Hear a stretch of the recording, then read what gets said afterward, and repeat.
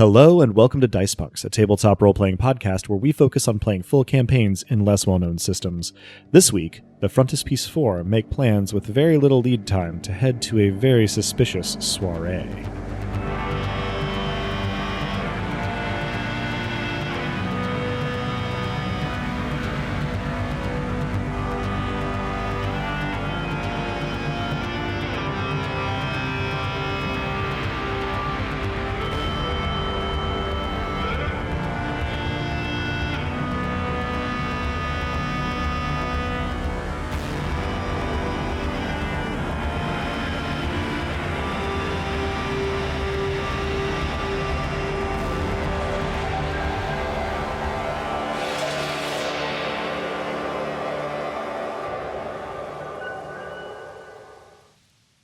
Hello and welcome. I'm Adam, your friendly neighborhood game master, and joining me are... Hi, I'm Drew, and I'll be playing Kato, who sits at the front of this front and backs these backroom dealings. Hi, I'm Robin, and I'll be playing Callisto Armitage, but that's... You know what? No, never mind. That's still officer to you. Hi, I'm Dez, and I will be playing Byrne, who supports a healthy disrespect for authority. Hi, my name is Nick, and I am playing Ing, who's also here. Good. We're so glad for that, too. Well, thank you for being here, Ing and others, Dick and others, as the case may be. Let's get right into this session with our recap of last time, this time, courtesy of Byrne. So, the rest of my team having slow-clapped me into my accomplishments, I left them to whatever they were going to be up to. I checked in with K and B, who was pleased at the results and offered to set up a search tool for my use, as well as sending over some funds to the bookshop as recompense. I asked her about the canopus.drs directory without specifying to her that I'd received an invitation from it. It contained essentially a personnel file on a Canopus Hiryu, recruited by cartel corporations to work on Grand Cross. He apparently took his own life within a year of arrival. He was survived, I later learned, by his daughter, a gossip monger named Hari. This may be the Hahi who issued the invitation that I'm worrying about. I eventually returned to the others' discussion, hoping that they'd gotten their fill of talking about me. I got a bit of time in on checking up on the backstory of our entangled cop as well. But once I returned, we discussed reading Bronway in, and we did so, talked about Canopus the person, and the pie-spewing monster, apparently a creepypasta called Over3, and I pulled Kato aside to alert them to the invitation and the worrying and hopefully impossible means of its arrival. Similarly, hopefully, Hahi, whoever she may be, has benign intentions. We'll see at the party in 3 days. We return to discuss this with the others, at which point the good officer, watching Ing perform anonymizing drone surgery to protect them against witnesses, informed me that I would not be going to this rendezvous, demonstrating a remarkable ignorance of their ability to stop me. All of this was interrupted by the officer receiving an APB about an incident at JDB involving a student. And that is pretty precisely where we pick up here. The interruption to the conversation, Cal's part anyway, specified that walking near the JDB, a female student of South Asian extraction had been attacked in some unspecified way, and that people should be on the lookout. People in this case being recipients of PSS's emergency services messages, which includes PSS as well as other university personnel.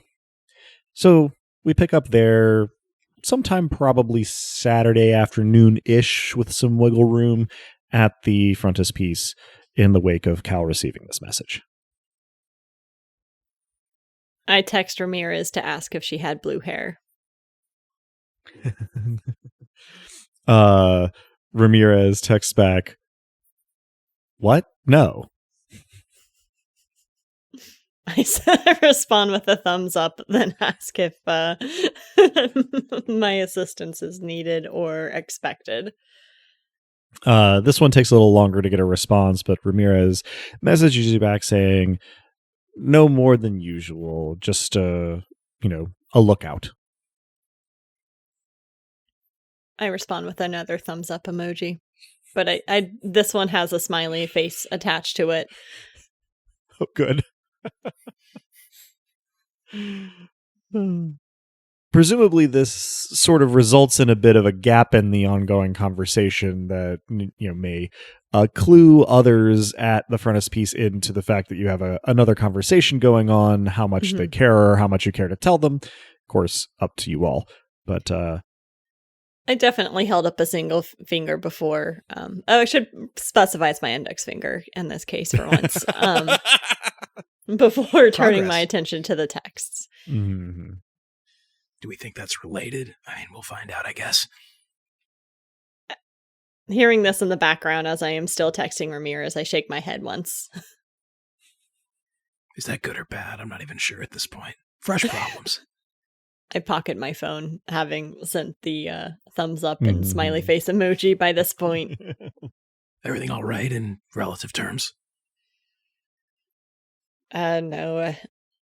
A student was assaulted outside of JDB, so I'm advised to just keep a lookout. I don't think any action is needed currently. Does being here constitute keeping a lookout? Yes, though in a different context. Shame. For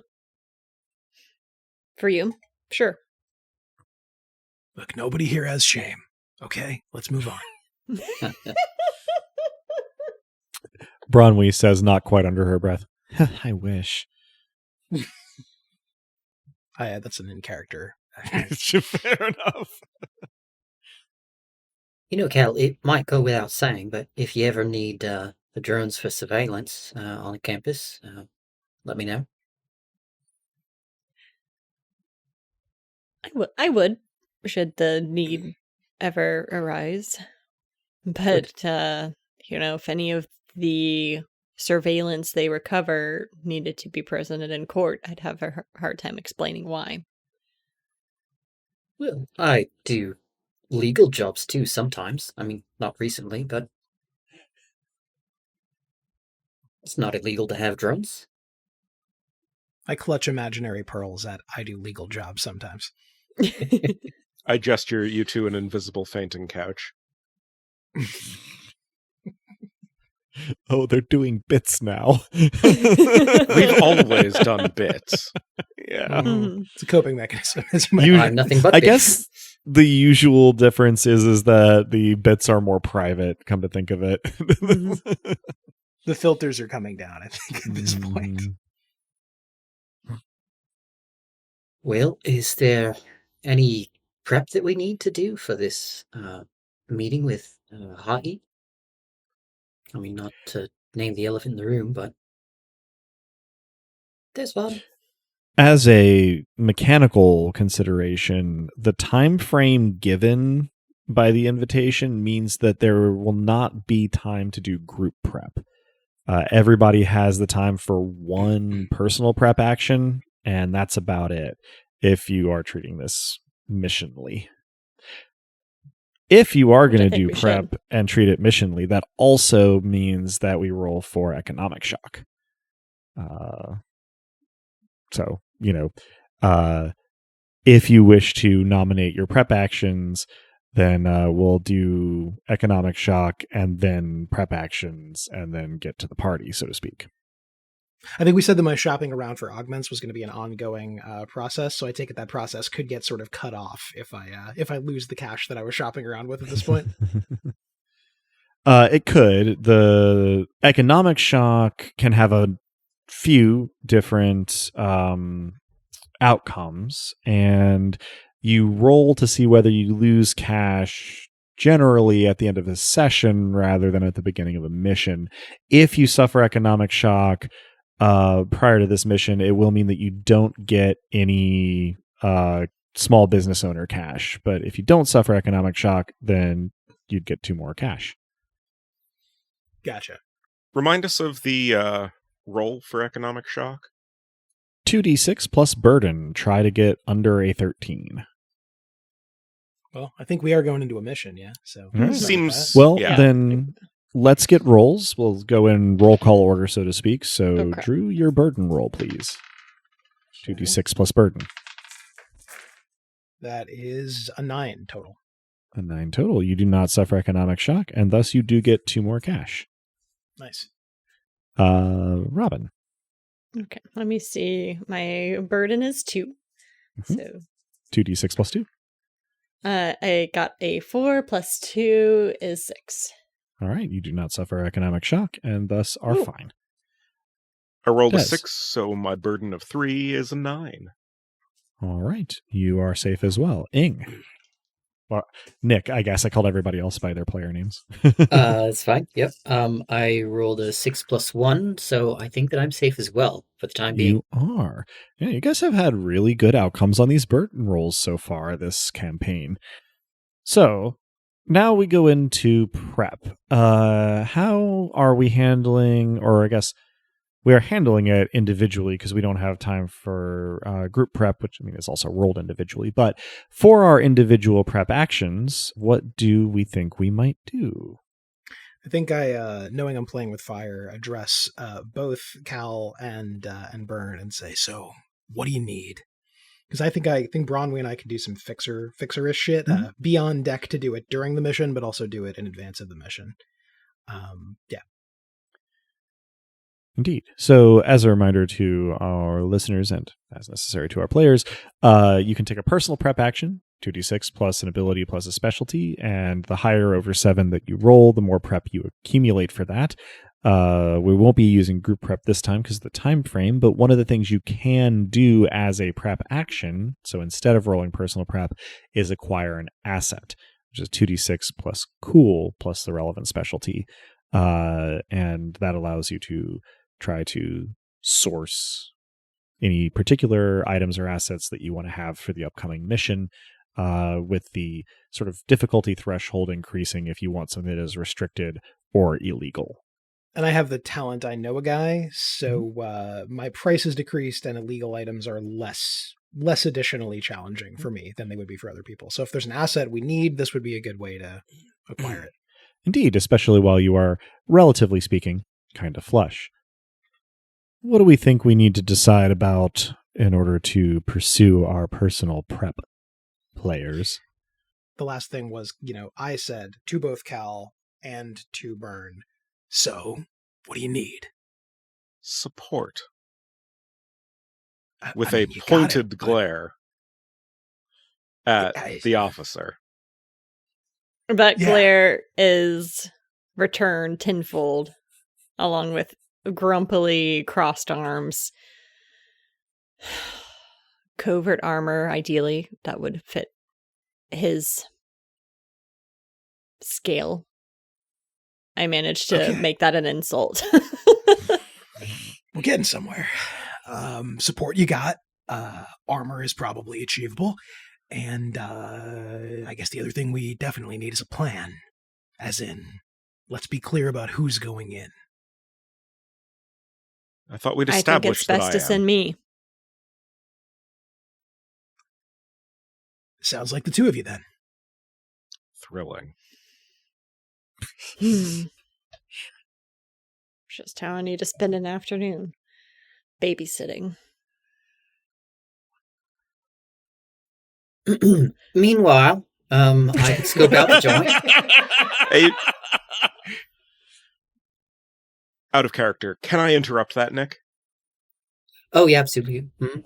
So, as you were saying that, if you don't fucking like me, why are you so insistent on doing things at or for me? There's this whole thing You called give so many protect and fucking serve. mixed signals. I think that goes with the territory of figuring out who can be trusted. You can't be. We've established that. And I feel mutually. Great. Well, stay the fuck out of my way then. All right, you're both profoundly annoyed by each other and neither wants the other to die. That doesn't sound like a contradiction to me. It sounds like nuance. I'm not going to let a kid go into what is obviously a trap. That would be against the oath that I took years ago, as you seem to be aware. I always thought the oath was sarcastic. For many, yes. I mean, it's not legally binding. It's ethically binding. It's one of the few things that matters to me. The look on my face tells you that this possibility has never occurred to me before, that anyone considers it ethically binding. I don't know whether the mic accurately captured my abrupt snickering. Smirk. So I think what I'm doing with my prep, what I'm doing with my prep is asking around for some combat armor. This is an item in the rulebook for the GM's reference, page 84. And I'm trying to get something so that, currently at combat armor and below that covert armor. Yes. I was suggesting covert. I delete my search and search again. For my part, Adam, a first question is to clarify whether the search program I requested from K&B is functionally the program asset, and second, whether that is presently available for my use. I believe my intention was for it to be the program asset, or a program asset, I suppose, but that it is not likely to be ready just yet. Kato, let's go ahead and get the roll you're going to need for getting that covert armor. That's going to be 2d6 plus cool plus your relevant specialty, which in your case is, I think, going to be criminal underworld of +3. Cool. Okay. The dice say 9. Okay. So 12 then with the specialty. And then your cool, which is 0. Cool is... Well, that's true. Yeah. I was going to protest, but you know what? We all know what this is. So, let's see. You then can reduce the asset's price by 1, meaning that it's going to be 2 cash for some covert armor. Excellent. And with let's say maybe for narrative flavor that whoever I've been asking around about augments, I see if they have a hookup on some covert armor as well. So that conversation is continuing as a gift to the GM. Sure, I'm going to abstract and elide that for the time being, with the caveat that at any time it may become relevant to on-screen, as it were, action. Such as the nature of the gift, yeah. Mm-hmm. And the nature of prep as well. So, yes, covert armor for our listeners is discrete armor that is layered into and under clothing. It provides +1 tough defense while wearing it, and once per mission, it may reduce damage by 1 step on the damage track for free, at the cost of being able to benefit from the covert armor asset for the rest of the mission. It basically has to be repaired between missions if you reduce damage 1 step on the damage track at any point. Otherwise, while it's functioning, +1 to tough defense. I'm assuming that this is intended for use by Byrne. So yes, you can make a note of that on your sheet, Byrne. Cool. And that is Kato's prep. I also think that the kid needs a panic button. In case we get separated, it'll go directly to me, so I know to burst in the door as need be. Okay. Instead of classing that as an asset, I think we're just going to class that as prep and note that Byrne's personal prep can be used that way. if that is agreeable to all parties. Sure. And just to be totally clear, I didn't get prep for the mission because I got the armor instead. Right, Yeah. you were doing the armor instead of getting prep. Yep. So, Cool. taking it in turn then, in a general sense, Cal, what are you doing as personal prep? I am going to research everything I can about Hahi. All right. Let's go ahead and get that roll from you first before I start saying things here. What specialty do you wish to apply to this research, Cal? Let's do investigation. So that'll be +2. And +3 from your clever for a total of +5. And that roll is 2d6 +5 versus 7. Ooh, I got a 5 and a 6. So 16, I believe. Yes. That is 4 total personal prep, which is a very impressive success there. So I am also, along with that, going to give you some information that may or may not be what you actually use the prep for, and that's fine. But just to kind of, give it the flavor and reward an extraordinary role, you look into Haru Hiryu, who you are pretty sure is Hahi, and a lot of what you can find about her paints her as,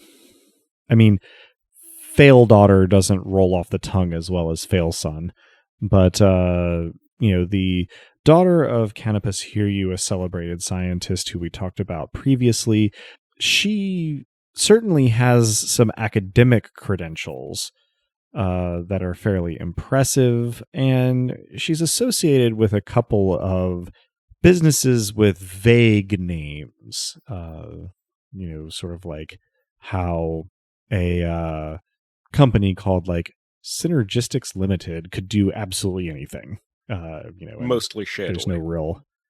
Sure.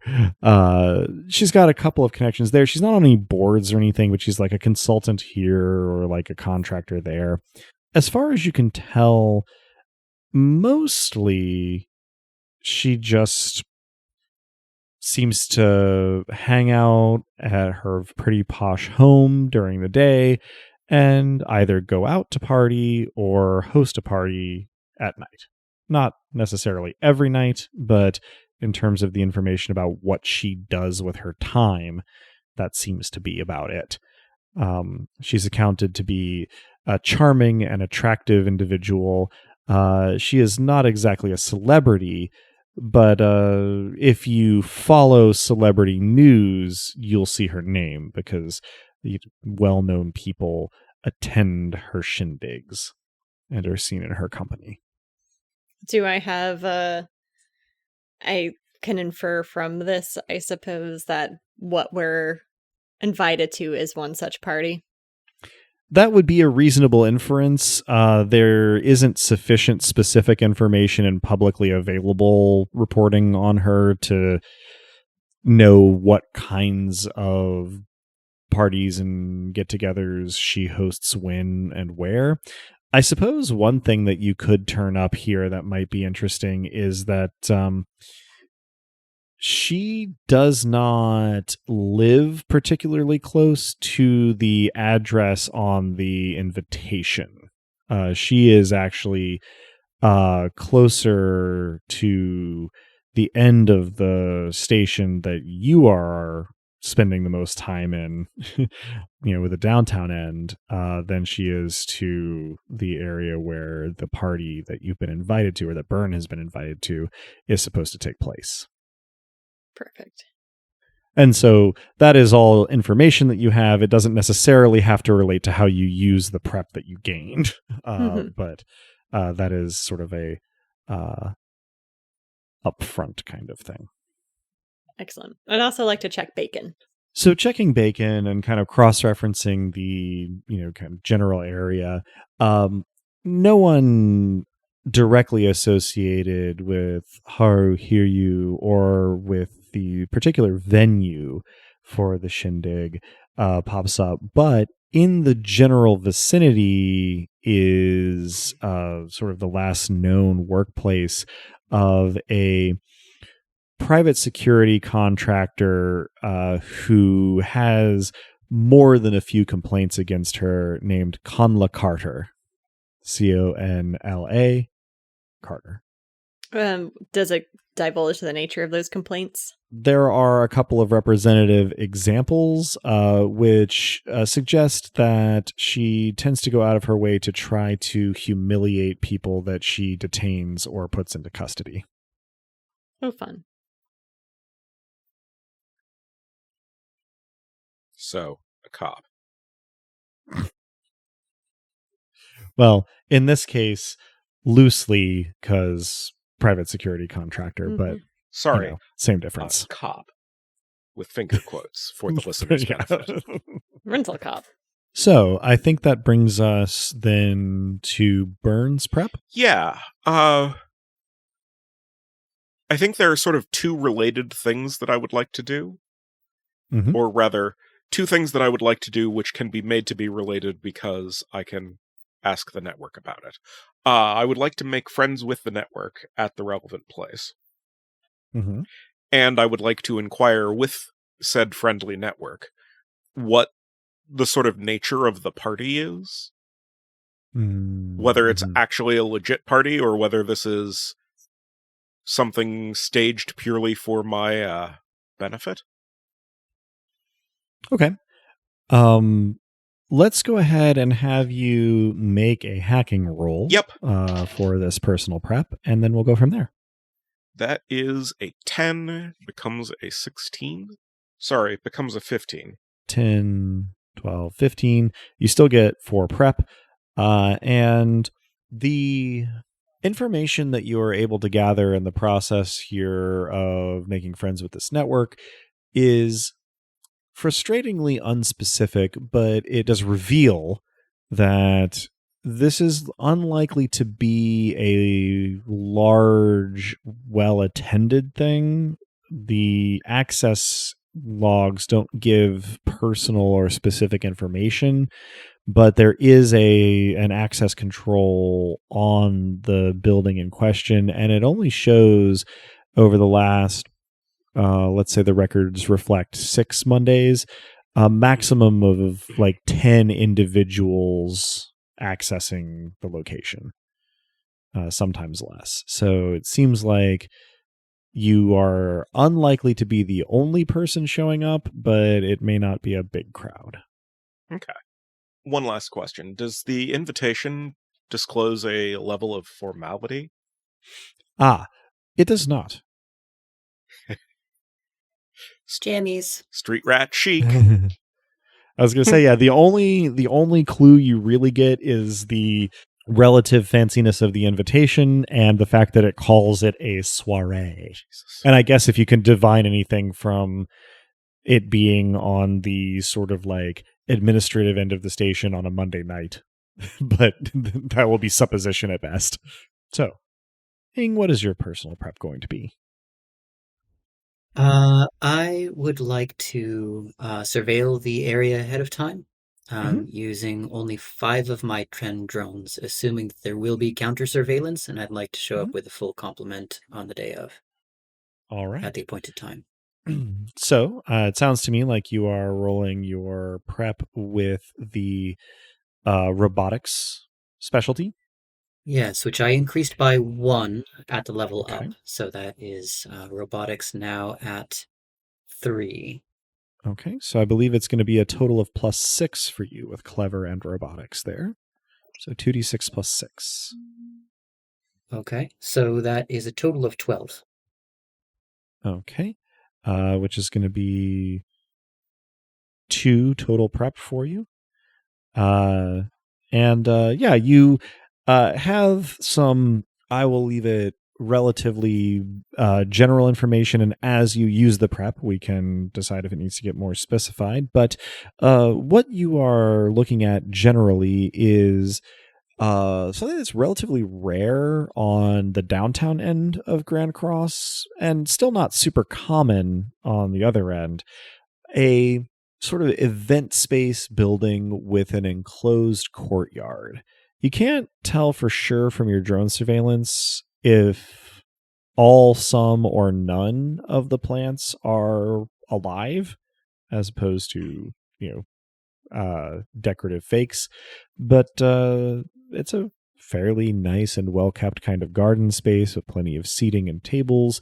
Mostly seems to be intended for large group interaction rather than like offering alcoves for like smaller groups or couples to slip away. And you don't get a good idea of the interior space on the other side of the courtyard from the entrance, but it is, as event spaces go, fairly cozy and looks to be 2 floors of publicly available space to those who come into this the courtyard. There are floors above that, but the windows are actually architecturally different and closer together, suggesting that there are multiple smaller rooms above rather than larger, more event spaces. So you come to the conclusion that the first 2 floors are probably the event space. Okay, thank you.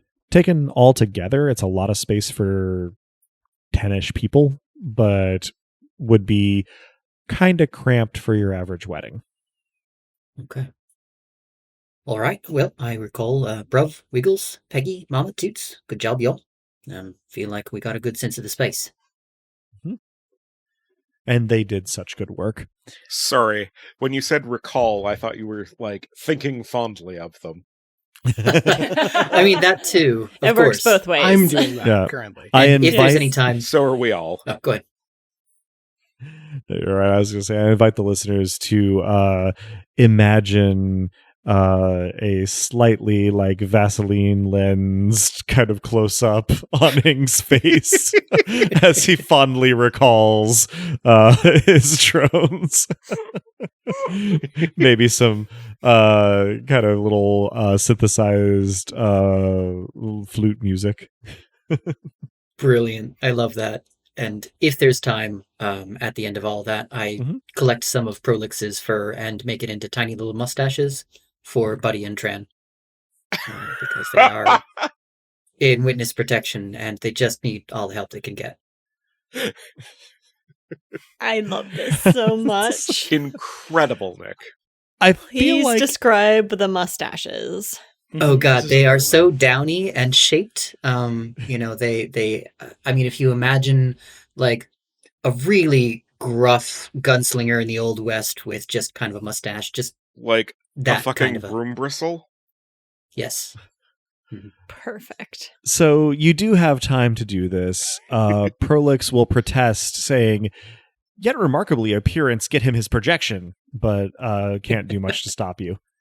I do take a little bit of engine oil and just kind of wax out one of, I'll say Buddy now has kind of a waxed and shaped mustache, whereas Trans is a little bit more, au natural.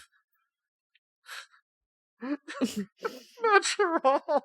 Like, I don't think anything about this is au natural, but I love it. Bravo. Nature is a collaboration. Capital P prep has been taken care of. Day of, is there any planning amongst yourselves or task apportionment or moving into place that we want to do? I suppose also if you want to make particular use of Bronwie's talents during this time, that would be something to bring up now. Otherwise, and I mean, alongside, even if you do come up with something, she'll mostly concern herself with teaming up with Prolix to watch over 3. I will ask Bronwie what I should wear. Oh boy. When you ask Bronwie what you should wear, she both lights up with excitement and gets a little misty that you have asked her for advice. The quality of her advice, however, I am going to leave to a roll of these dice. Before you get too far ahead, I'm going to note that Cal is lingering in the vicinity of this conversation while trying not to look interested. I'll allow Bronwyn your to take augvert that goes and run off. with it. Okay. Corralling her excitement and sort of welling of emotion at this, Bronwyn gives you sort of the critical eye of an aspiring fashionista, and says, well, we're going to want to make sure it works with the low profile armor that Kato is supplying, so we're going to keep with kind of the baggy look, I think, but oh, and is tapping away on her tablet computer and says, yeah, I don't think I've seen you wear anything that could be described as slacks yet, but the good news is that Rumi is in right now, and we're going to get you a nice bright color for the runner on the seam, and we're going to get you a sort of casual, non-tailored sport coat that you can wear your favorite t-shirt under. It'll be sort of a fun mix of casual and formal. It'll show that you're aware of the expectations for the evening, but choosing to play with them a little bit. It'll make you seem very confident and in control. And she's already sort of like pulling up addresses for where she can go thrifting for this sort of thing. I started to walk away at the reference of bright colors. It's been a while since I've worn much color. She sort of nods and she says, well, you have a fairly defined aesthetic that I think does pretty well without it.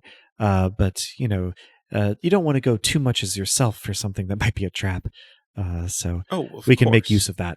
And she kind of looks at you discerningly and goes, I think it'll be easier to find the larger sizes too, which seems to suit you just fine. I'll be back in a jiffy if you don't want to come along for trying things on. She makes it into a question. If this is supposed to actually fit, I should probably come along.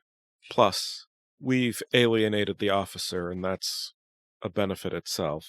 She chuckles a little nervously, but also with some genuine humor, and gives you a broad smile and says, I don't think this will take too long. There's a lot of good secondhand stores in the vicinity of Jeepole, so I think we can find you exactly what we need. And takes you on a brief shopping trip. I text Kato to announce that I'm going out with Bronwyn. Clothes shopping. You see. I assume we have some way of seeing when someone is typing. You see that I start typing, then stop, then start typing, then stop a few times, and then you get the jankiest thumbs up ASCII yet. The thumb looks broken, but you can tell it's still supposed to go up. I remove the 6 deliberately placed characters that are fucking it up and send it back to you. You get back 2 thumbs up, one of which is perfect and the other of which is even worse than the original one. I think that this continues just as a patter on the trip. Probably interspersed with pictures of me in these outfits that I give you grave threats if you share them. Locked down, secret, absolutely. But looking good. And you know what? It's not a lie. Probably not really either Kato's or Byrne's specific taste in fashion, but in terms of what's relatively current, and in terms of fit, these outfits come off pretty well. You get some dark, mostly straight leg slacks with sort of like a pale, kind of teal runner down the exterior seams, and a sort of deliberately a little shapeless and sort of baggy sport coat that has accents in a matching color. I mean, I think it's going to be very hard to get something that has broad enough shoulders for me that is not inherently at least a little bit baggy on my described as like a person ironed flat frame. Indeed. And that suits Bronway's plans for you just fine. And then she leaves it to your discretion to wear like a tee or a button up or something underneath it. Just kind of that's so generous however of her you to want to do assume it. that I have a button up. Well, she included t-shirts as Yeah, well. no, that is so generous of you speaking as her to assume that Gremlin Sure. extraordinaire here has a button up. Yeah, lots of people have like one in their closet, so she didn't want to cast aspersions. In any case, you end up looking like you have deliberately put together, a party outfit that makes a statement, and with plenty of time to spare in the day, to allow you to settle into it, fit the armor underneath, and still make the soirée. If not moment of, then fashionably late. Is there anything else urgent that needs to get done before that point? I tell K&B I'm going to the party. This is probably also an announcement that I have, 1, come into possession of Canopus.drs, 2, received the invitation related thereto, and 3, relaying to her the probable identity of Hahi. You get in reply an elaborate series of emoji that, taken together, convey excitement, surprise, trepidation, and envy. I convey to K&B that I will give a full report, and if you do not hear from me tomorrow, or rather within 3 days, assume that shit has gone very wrong.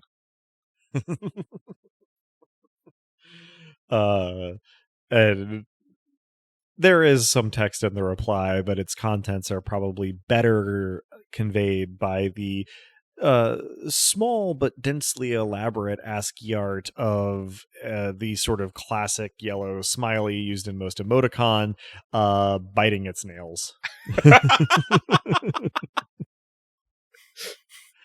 I do the same, but with Ramirez. Ramirez's tone can best be described as doleful, which is not super unusual. I do let him, I do inform him that this is likely connected to the mysterious tech, and don't bring him up to speed on the information I've learned about the name, but mention that the tech remains contained, leads soon to follow. If intervention is needed, overlook my mark. All right. And so after / overlapping with some of this, Byrne and Cal will be, I guess it's up to you together or separately, using transit to traverse most of the length of the station to head to the venue indicated on the invitation. I will insist on traveling together. All right. And I show up snappier and dressed than expected. This is me vocalizing my excitement, listeners. So I don't make a break for the basement when you insist that we travel together. Instead, I inquire as to the means. I am not getting on your bike. Doesn't really work with 2 riders. That is one of several considerations, not the chief among them. It's not my preference. I like motorcycles, but they wouldn't give me one. Putt-putt for a rented cop. I ignore the barb and brush off the shoulder of my jacket. Straighten my tie a bit. Do the two of you then take the metro? Presumably, yes. All right. I have had to physically resist the urge to take a prom picture. That would be a very poor decision for living, yes. I'm quite aware. Doesn't mean I didn't want to.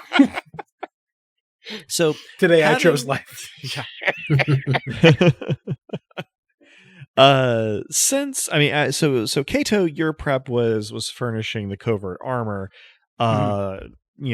Ing, I assume that you were going to be providing exterior support here.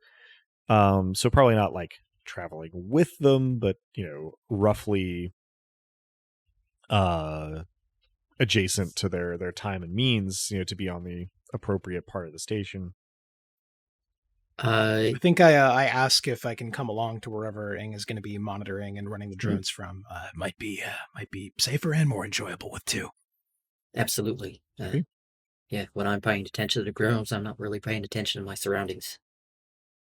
And I bring the gun that Cal gave me, which no longer feels quite as foreign in my hands. Brief consultation in character with the other characters. Would it be useful if I had a drone with the audio equipment present at the meeting? Or would that just bring additional complications that we don't want to need? What kind of audio equipment? Recording? Making noise? Distractions? Yeah, recording. So listening in.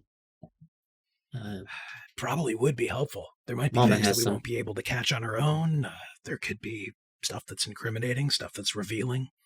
I'm for it. Mama's not stealthy, but I could either send her in ahead of time, or you could smuggle her in. I open my jacket. I hand over Mama. For the listener, what is the nature of Mama? Mini Mama is a quadrone. quadrone equipped with recording equipment that we used in the first mission. Yeah. Yep.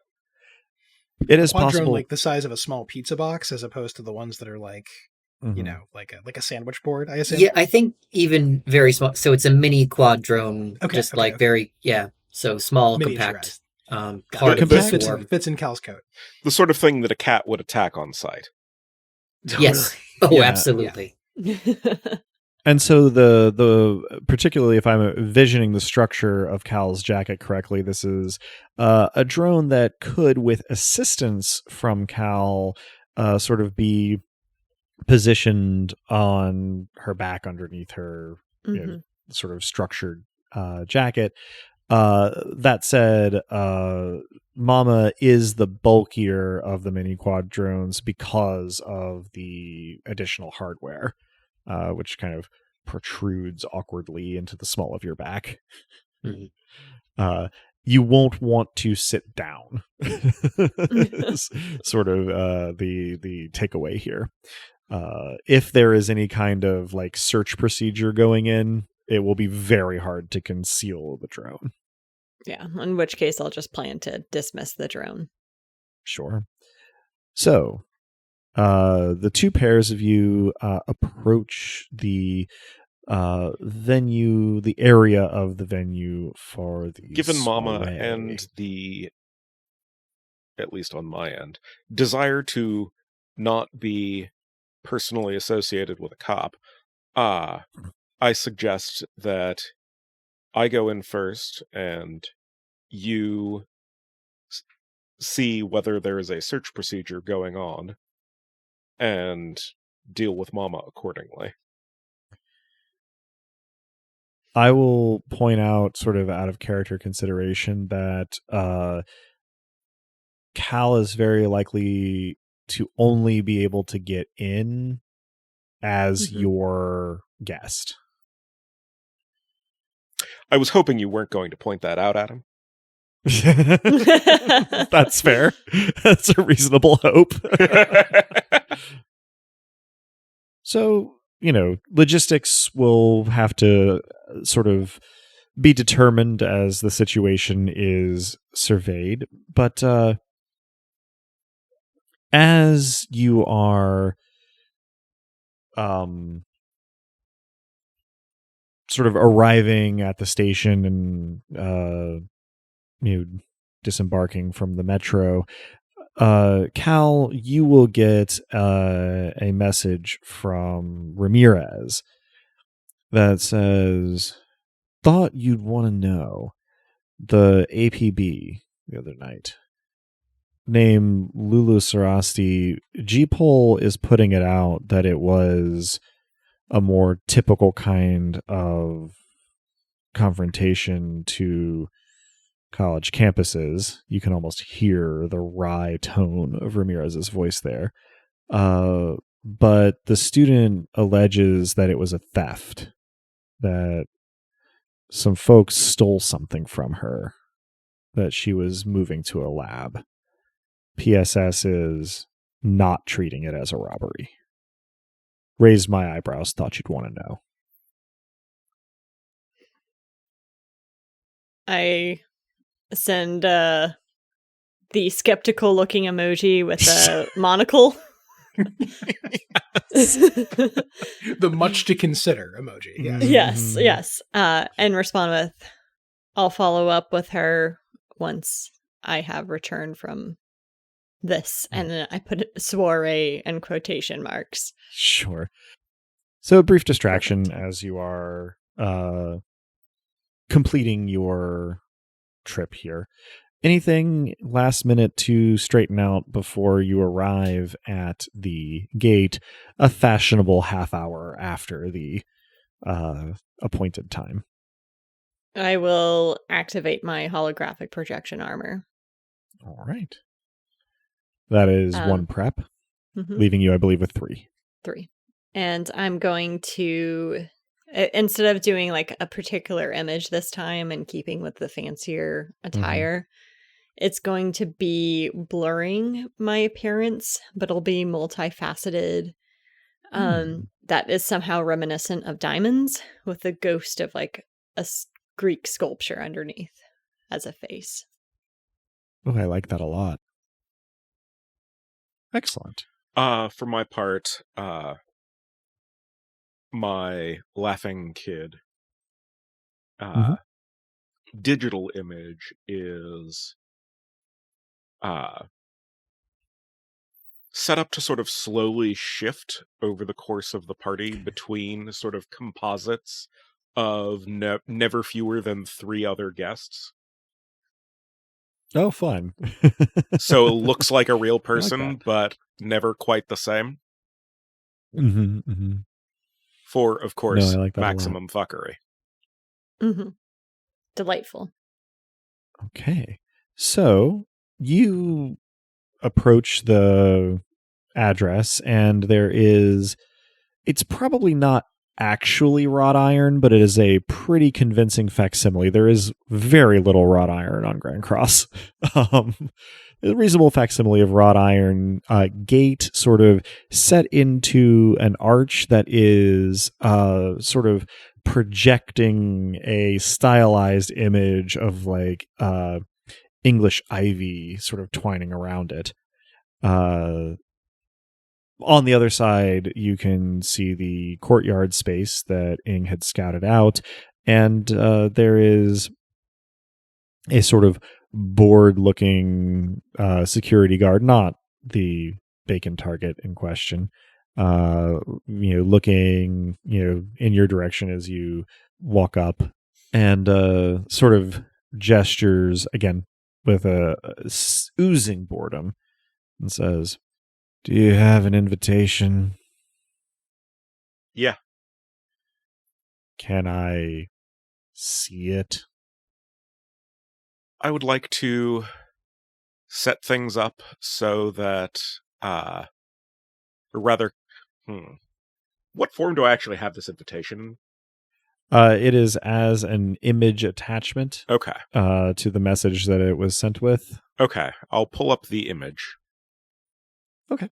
Yeah, you pull up the image, and he sort of peers at it for a moment, and then glances at you and down at his little like PDA device, and is like, looks between you and Cal and goes, "Yeah, all right," and pushes a button. The gate.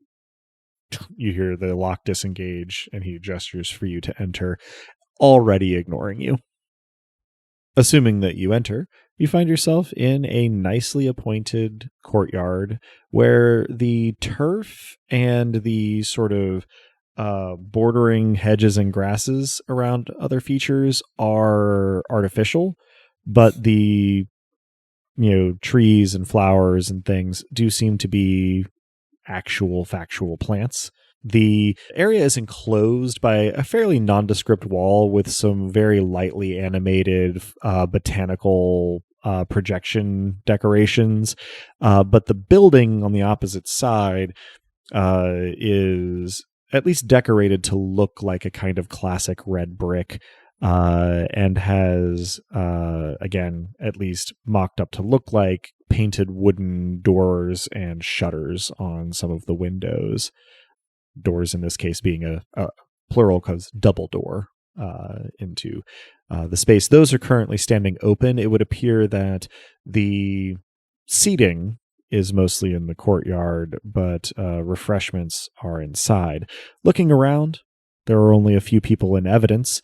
You can see to your right as you enter a largish fellow with kind of shaved sides and then the top pulled into sort of a high ponytail, his dark hair.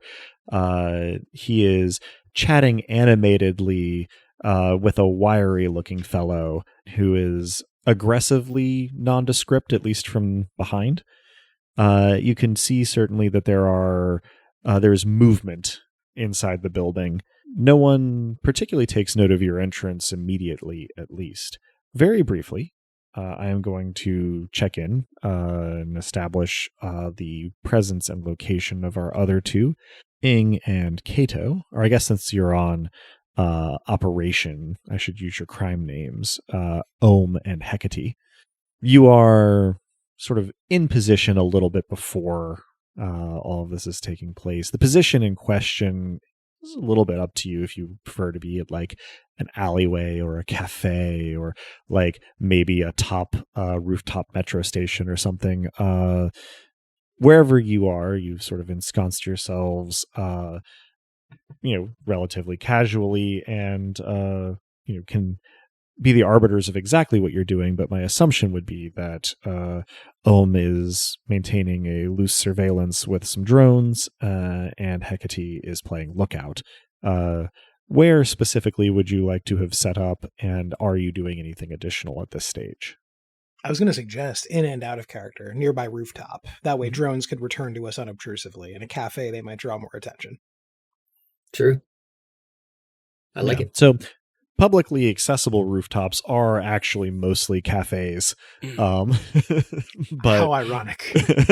Rip.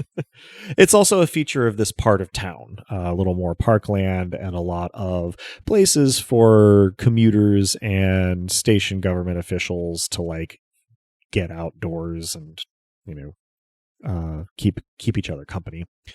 That said, I there have a are beverage in a cup from the cafe downstairs, and there's another cup that is empty. I put it in front of Ing and say, "Vibes." Vibes. That's very cute. That warms my heart. Mm-hmm. I raise it in salutation and then put it back down on the teacup. Love that. Meantime, Ohm's drones are sort of doing more loose surveillance unless there's something specific you wish to accomplish early on here, in which case just let me know. I'm looking out, so if I don't see anything troubling or untoward immediately, then I'm just enjoying a beverage and sharing some vibes. Yeah, I'd like to spread the drones out around the building in question. All right. The Soirée building, that is. Excellent. The good news is that there are only a few other customers this particular location, none paying particularly close attention to you. This is after quitting time on a Monday evening. People are not like staying out, and the ones who are doing some heavy drinking rather than, coming to cafes. So, heading back into our soiree, I described everything to you a moment ago as it stood when you entered and the gate closed behind you. How are we proceeding? I've attached myself to Byrne's right shoulder, just behind him. We're proceeding. All right. I wish listeners could have heard the look of frustration that just then.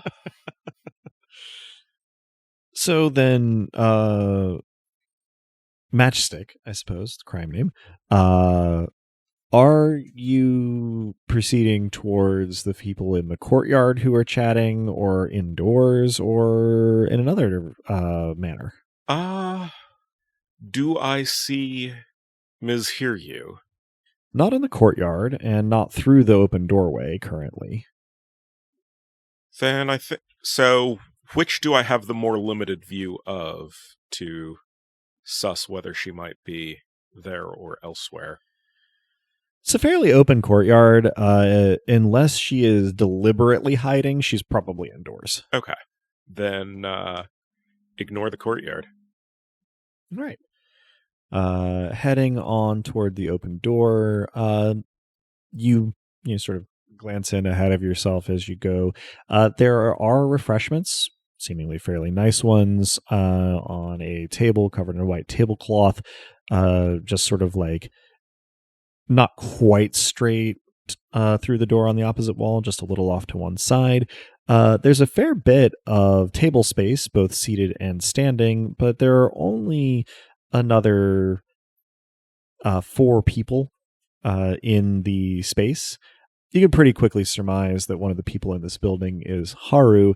It is a little odd. She is wearing a fairly fancy looking kind of glossy drapey sort of like evening blouse with a less sort of pronouncedly formal skirt and a lab coat.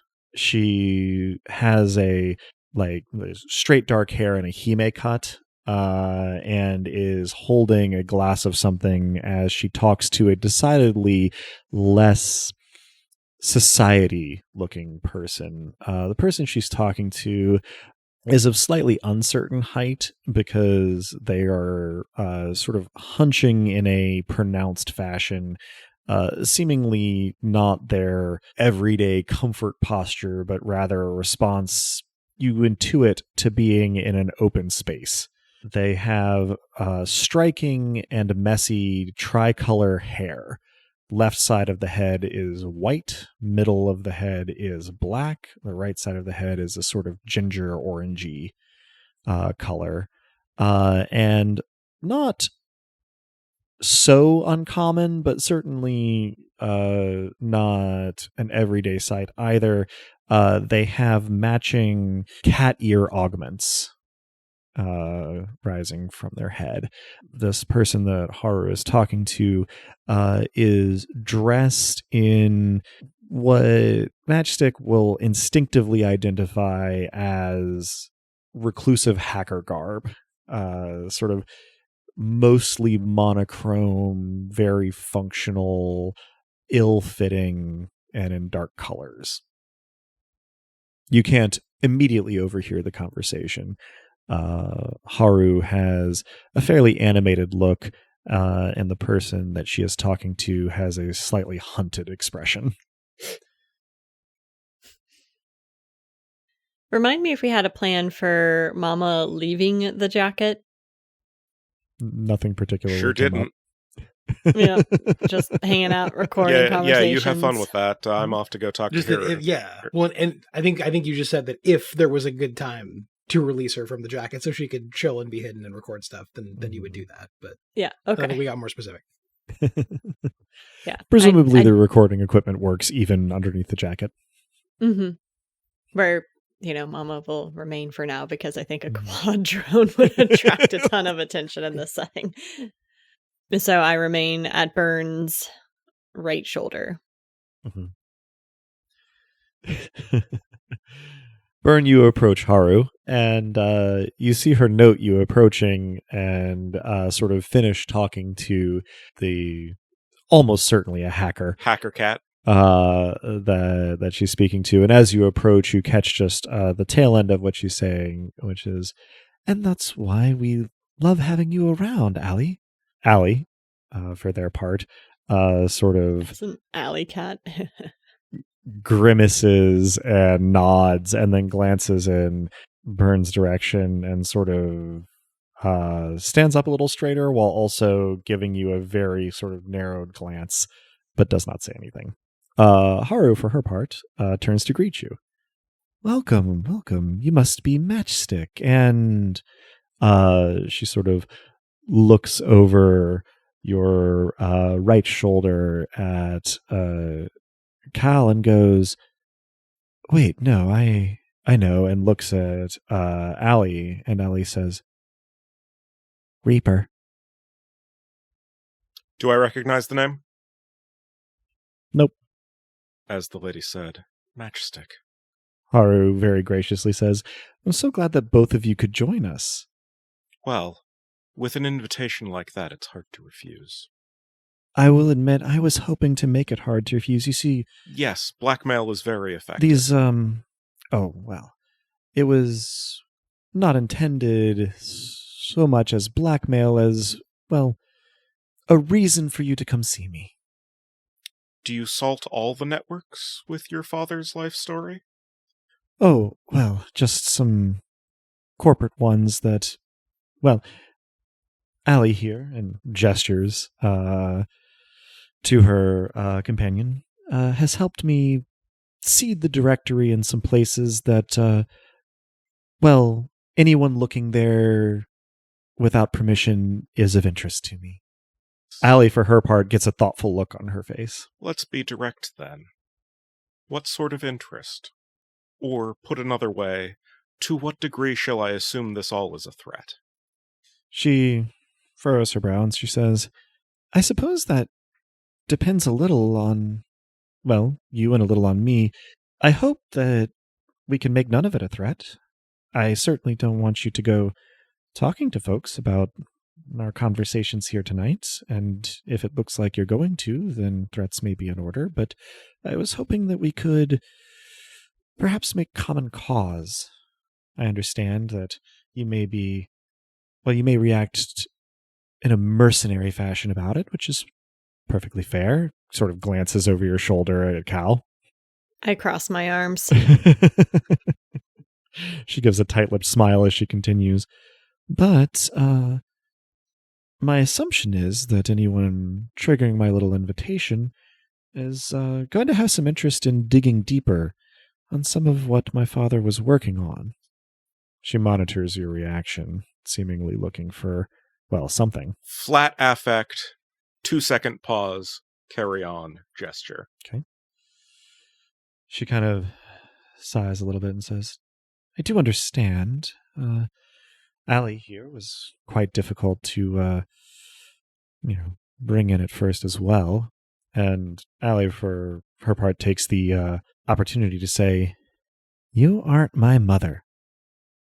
And give you a little bit of a glare. I will look from Allie to Haru, nod, roll my eyes, and make the same glance at Cal.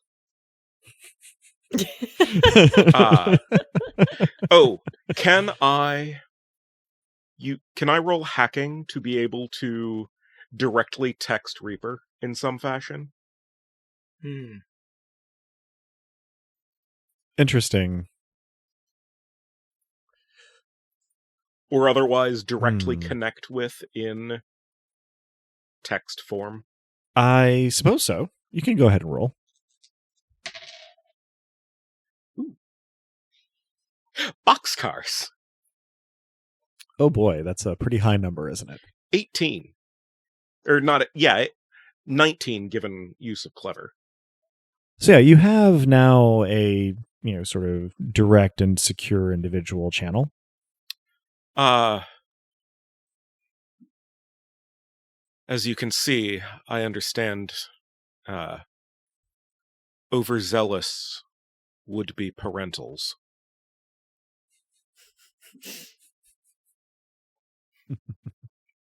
So you send your message, and Allie sort of blinks twice and sends back, I wouldn't know anything about that, but you're not my mother. Okay. At about this point, then, Haru seems to have reached something of a decision, perhaps driven by impatience with, the overall caginess of paranoid hackers, something she seems to have some experience with that has not necessarily given her the appropriate amount of patience. She says, she should be used to this shit. that may very well be the root of the problem. But she sort of visibly composes herself and says, "These Monday evenings are an effort at information sharing and cooperation." So it's catching the weekend's haul and blackmailing them. I certainly don't have any scruples about blackmail when I feel it's necessary, but when possible, I prefer willing cooperation. The fact of the invitation, with my name on it, is entirely sufficient to constitute a very high-level personal threat, madam. She nods slowly and says, "I see. Well, in that case, I shall be..." What do you want from me? Yes, very direct. Been fucking trying. She, without any particular change of expression, says, "I want your help finding out what actually happened to my father and what exactly it is that his death was covering up for. I have some ideas. We've been looking into it for a little while informally. I would like this to proceed greatly and exclusively in secret. These little meetings are innocuous enough, and we try not to say anything too incriminating, but, well, that's where, as you point out, the blackmail comes in when necessary. I cultivate a frivolous public persona, and Successfully. frankly, fair enough. This is the only thing that I particularly do that doesn't fit into it, but I would like to know what the cartel is doing that took my dad from me. People who find the directory are typically people who are capable of helping me." She gestures at you, gestures at Allie, and then looks over Cal's shoulder and says, "Introductions are in order. Oh, no, what happened to you?" And turning, you see a young woman, by appearances, South Asian, with a constellation of bruises, fairly recent ones, around her face and neck, a split lip, and some small lacerations on one cheek. She is wearing a pretty grim expression, and as she comes up, she responds to Haru's question with, "What happened is I lost it." Haru swears in a language that is not English. Is it one I know? I was about to go check. All right. I shift my weight and lightly nudge the back of Byrne's shoulder. Mm-hmm. I'm going to rule that not a language that you know, Okay. though you will recognize it as belonging to East Asia. All right. And yes, you are suitably nudged. Sure am. The newcomer sort of moves over toward Haru's side of this little growing gathering and says, "Newcomers, can we trust them?" To which Haru replies with an elaborate shrug and a bit of a look that says, "What do you think?" To which the newcomer sort of just shakes her head and says, "Well, I assume you it's two written were all over once my a caught face." fish? The newcomer looks at Haru and goes, "This is..." Looks back at you and says, "No, I am a friend of Ali's. I came to this with her and was interested. I want to get to the bottom of this. And I thought I had a lead.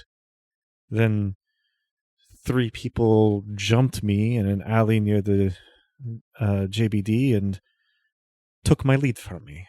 The station security, whoever they're working with, the campus people, won't take me seriously. They don't even believe that anything was stolen. Fuckers." Fuckers. I echo. She gives you an appreciative nod. Your augvert goes off. I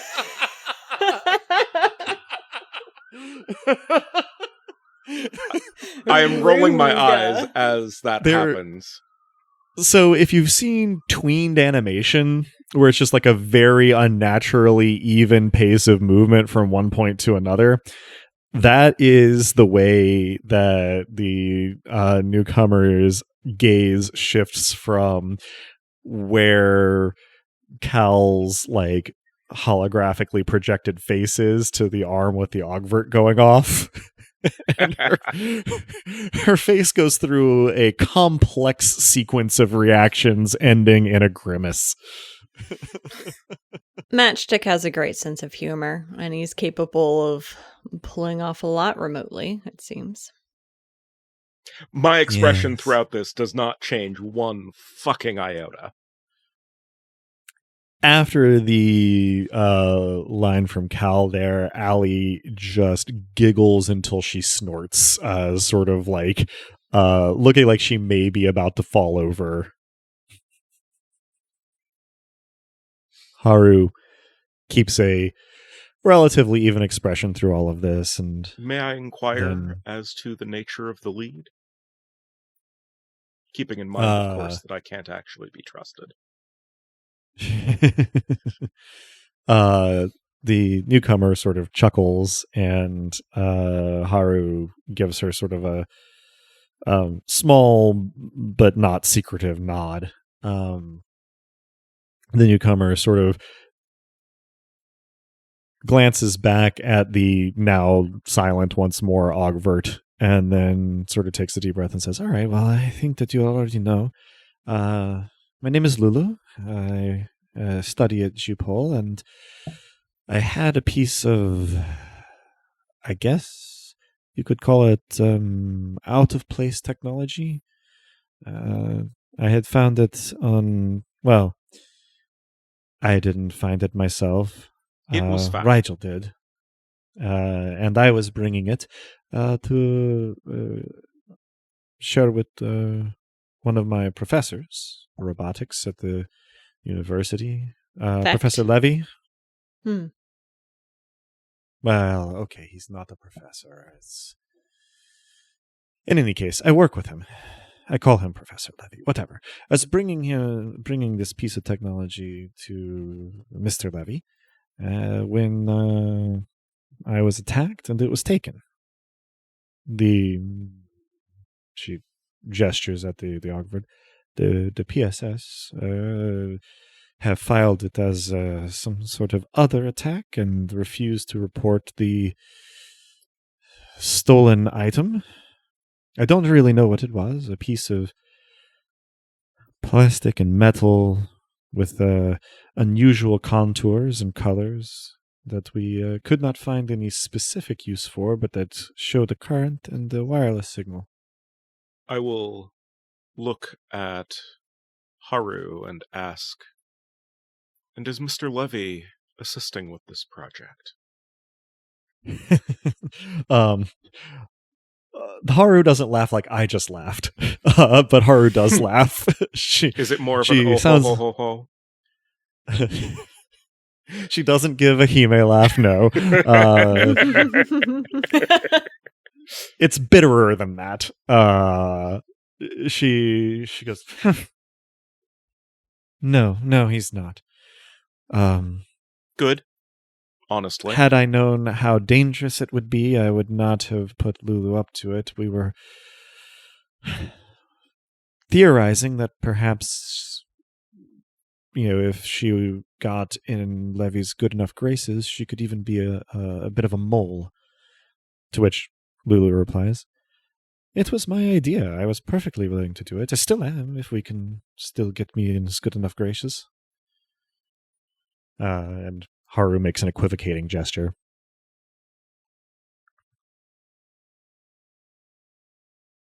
Your attackers, did you get a look at them? Oh, I got a great look at their holographic projection armor. You won't find that in the PSS report either.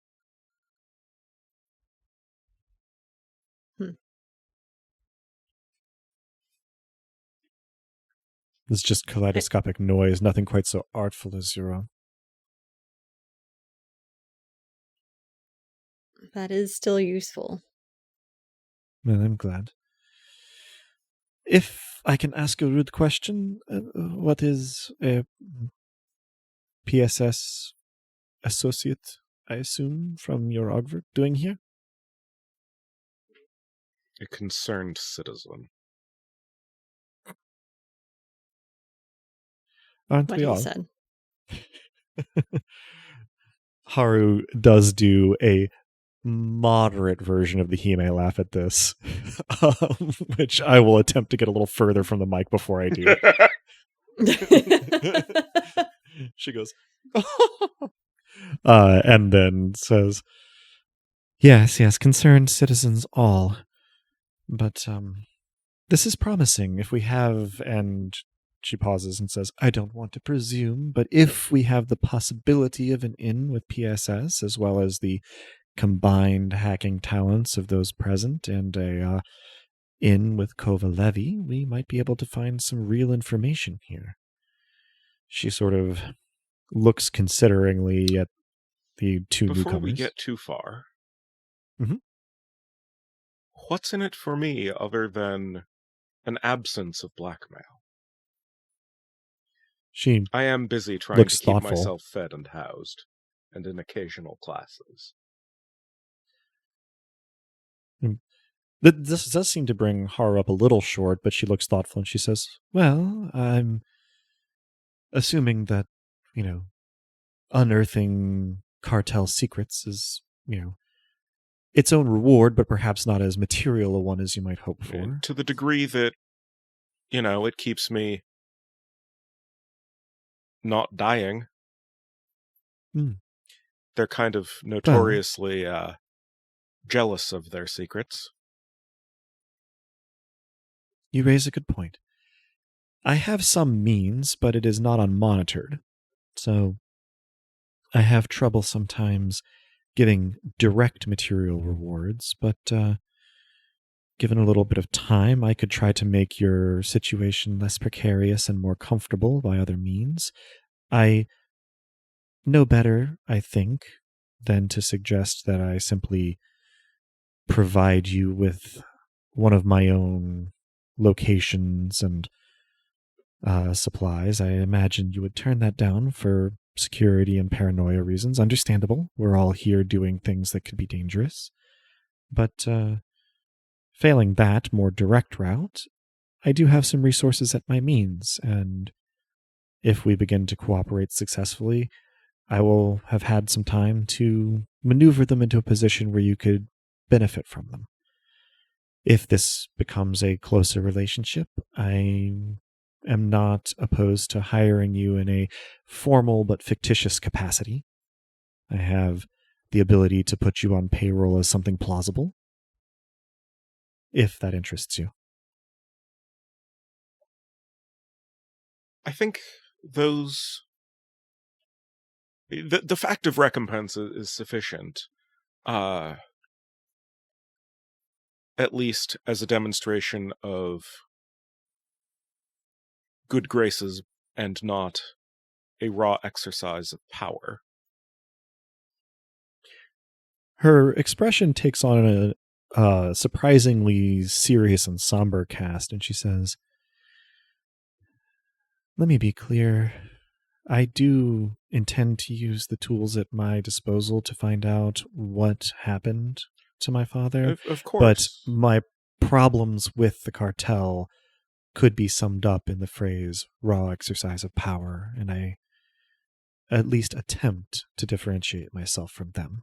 Well, here we are. She takes a deep breath and says, yes, no, of course.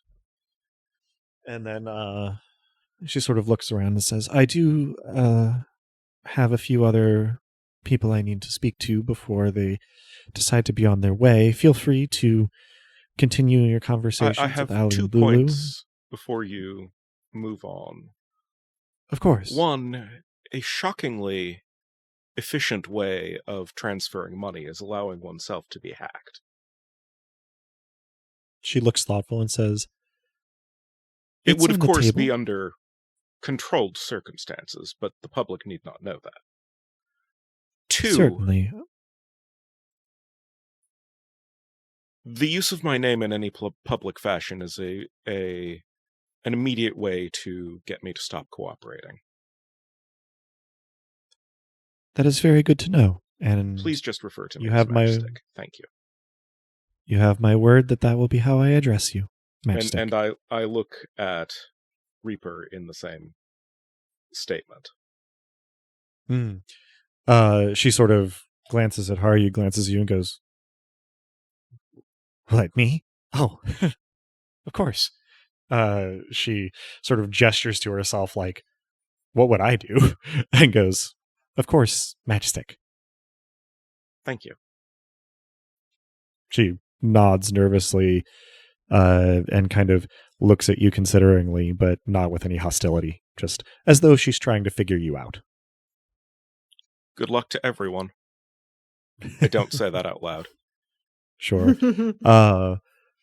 Haru says, "I'll be here for a while, but not everyone will, so Oh, of course. you know, By all help means, yourself go, to the go refreshments." And mingle with the rest of the fish. she gives you a gracious nod and is on her way out to the courtyard. Before she leaves, I say, Haru, for what it's worth, money works for me too, but it seems the information that which we are both in search of is somehow related. She gives you a nod and says, "Good to know." And, well, thank you for dealing in good faith. And moves on. I'll make hacker small talk with Ali. This proves both easy and hard in that Ali does do hacker small talk in exactly the way that you would expect, but sort of stochastically disconnected. She has a tendency to hop around unpredictably from topic to topic in sort of a unique to her free association web. Delightful. She I does. You go ahead. I am slightly fishing for information as to her style and approach to things. Whether she is, and the means by which she was actively monitoring the network to do the command line trick. Yeah, so it takes a little bit of assembly, but she seems to particularly specialize in backdoors, shortcuts, like unmonitored access. You know, the way that you and others usually gain access to systems is by, you know, working through and around and in the vulnerabilities of the access that is supposed to be there. Yep. She seems to have a particular enthusiasm for and seemingly knack for just wrenching open new points of access where they were never intended to exist. I offer to trade programs for some example of that type of utility. This offer is met with a deep and rapid blush, followed by a mumbled, "Yeah, sure, okay, maybe sometime soon." Cool. You are obviously free to say no, trade secrets and all. But She nods and says, "No, I like learning. I like sharing. It's just..."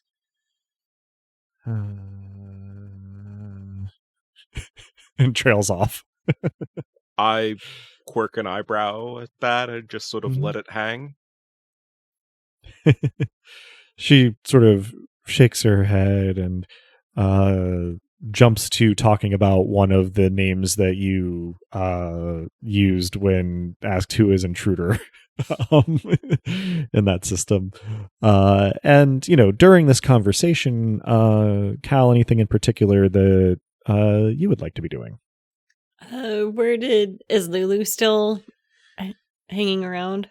Yeah, certainly if you engage her in conversation, she won't wander off. I'll do just that. Mhm. I'll ask if there's any other information she feels comfortable giving me.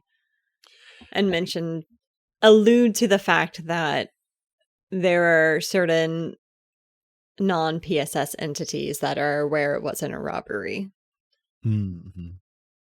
She sort of nods morosely and sort of says, "Yes, well, I assume as much, that somebody had to be giving them orders to not listen to my actual testimony, but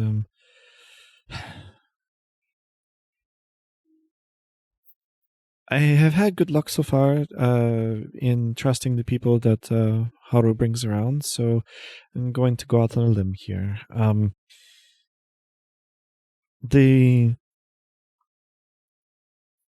fact that I was targeted for the technology is not, I don't think, up for debate. It seems like the people who attacked me were probably, if not directly employed by cartel players, then funded by them. They had matching sophisticated equipment, and they knew what they were looking for. Unfortunately, they were too professional to let me see anything really about them, or to speak to each other while I was in earshot. But that in and of itself says something, I think. What equipment do you recall them having? Well, the holographic projection armor, and, well, they seemed to be able to communicate directly. They responded as though speaking without speaking, which implies they weren't simply using text, but had maybe some sort of sub-vocalization. It's possible. If they were androids, which is also possible, then that would even, require less in the way of specific communication. They were careful not to use anything other than fists in their attack, so that it wouldn't seem like they were anybody but drunks, I suppose. And I think they probably had some way of monitoring me as well, because areas around the JDB are almost entirely monitored. There are only a few places where they could get away with this attack without leaving some kind of evidence or attracting witnesses, and they waited for me to traverse one of those small stretches in order to ambush me. Would I know that the PSS is responsible for monitoring those cams, or would I know who has the information? It is certainly PSS. So a number of people would be responsible for, sort of the degree of real-time monitoring that goes on, and most PSS personnel could get permission to review those logs and tapes, though not everybody has standing permission. Another question is that I'm sure this is something that Cal knows, but what is IMX's relation to the cartel? IMX isn't a cartel member, but they have had several sort of high-profile transactions, and if you were to search into it, like personnel in common with Ogremok, which is a cartel corporation. So at the very least, they seem to be cozy with the cartel. Got it. And would the equipment described in terms of direct communications or the holographic projection armor resonate with either of those entities, IMX or Ogremok? It's not conclusive association, but it is the kind of thing that Ogremok would probably have on hand as like the security oriented heavy hitters of the cartel. Ogremok is famous for supplying station security with its automated security drones and more traditional robots. But as you work in security, that they also do handle a lot of equipment and provision, even for security forces that aren't directly associated with them. So this sounds a lot more like Ogremok by way of IMX as opposed to Lot Zero. Yeah, if the hypothesis that the assailants could have all or some been androids, then there could be some overlap there, but it may then even not be like official, in that people's affiliations above and below the law, can sometimes be a little disconnected from one another. Gotcha. Okay.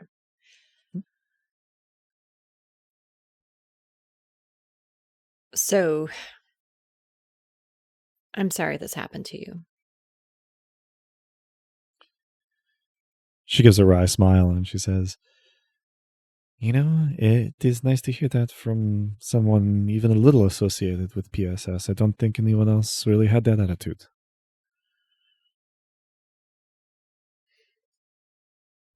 You should know that there's been purportedly a high presence of IMX at PSS headquarters. She nods slowly as though expecting you to go on.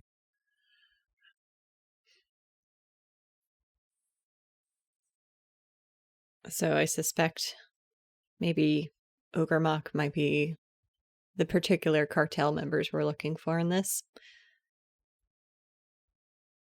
She nods a little more certainly and says, I suppose that would make sense.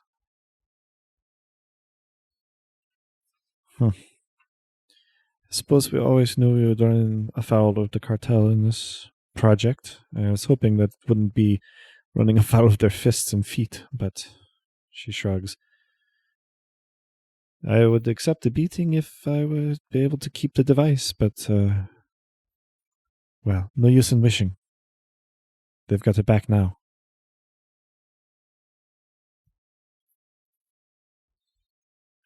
It's unfortunate. There's been a lot of reports of strange devices on campus.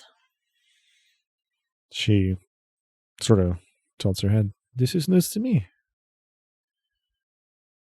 I suppose then it may not have been quite so singular a thing I was bringing to Kovalevi.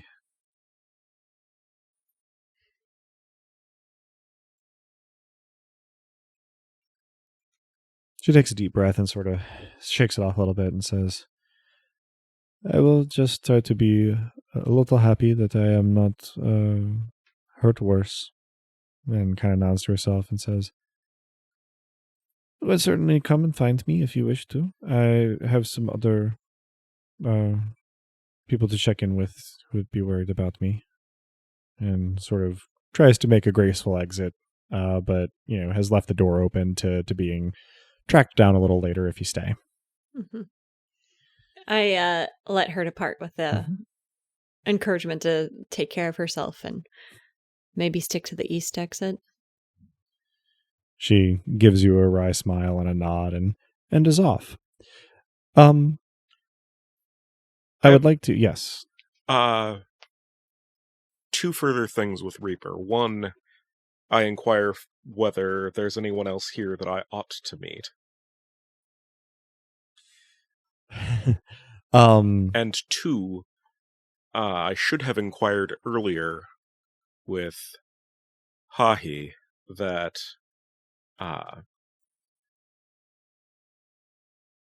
work often with a small cadre of others.